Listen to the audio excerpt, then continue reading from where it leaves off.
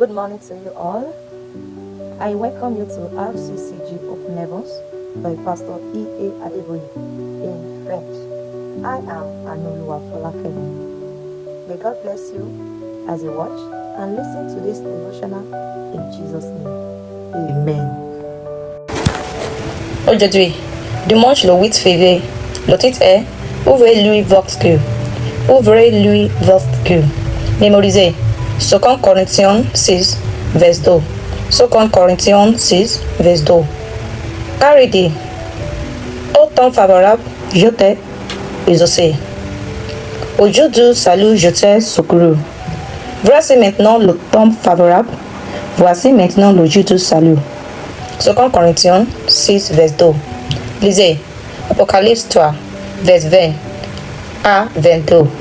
Apocalypse 3, verset 20 à 22. Le message. Jacques 4, verset 7 dit clairement que vous devez vous soumettre à Dieu, puis résister au diable, et il fera loin de vous.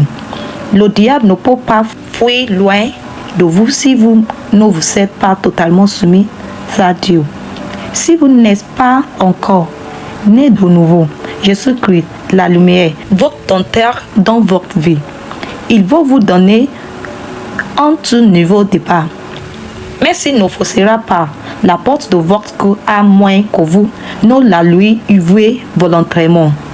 Il a dit dans la lecture biblique d'aujourd'hui qu'il frappe à la porte de votre cœur et si vous lui ouvrez, il l'entrera.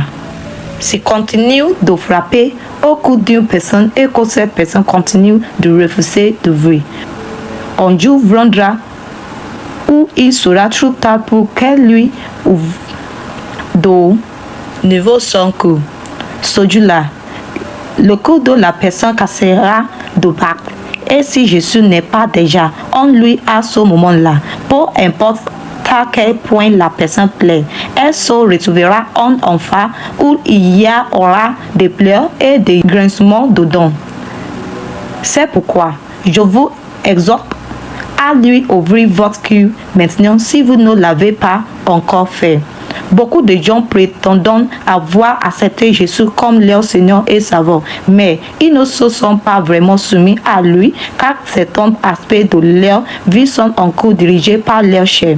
Beaucoup de ces personnes vont à l'église et certains sont même des sauvés ou des ministres d'église, mais elles ne sont en réalité pas différentes des gens du monde. Quand une personne se soumet vraiment à la seigneurie de Jésus, il devient l'autorité suprême sur sa vie. Quoi qu'il dise, c'est ce que cette personne doit faire. Jésus est la lumière et il est le seul qui peut chasser les ténèbres de la vie d'une personne. Les ténèbres sont certaines de régner en maître dans la vie de ceux qui n'ont pas ouvert leur cœur à Jésus, même si prétendant d'être chrétiens. Quand les ténèbres règnent dans la vie d'une personne, l'échec, la défaite, le chagrin, la régression et toutes choses mauvaises rempliront la vie de cette personne. Pouvez-vous vraiment dire que Jésus, la lumière, a le contrôle total de votre vie? Bien-aimés, si vous ne vous êtes pas encore vraiment soumis à Jésus-Christ, il frappe à la porte de votre cœur. Ouvrez-lui votre cœur aujourd'hui et il vous donnera une espérance glorieuse pour l'avenir. En prière 1, verset 3 à 5.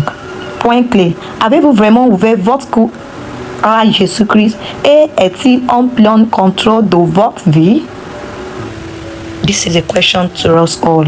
Thank you for watching and listening. May God bless you in Jesus' name. Amen.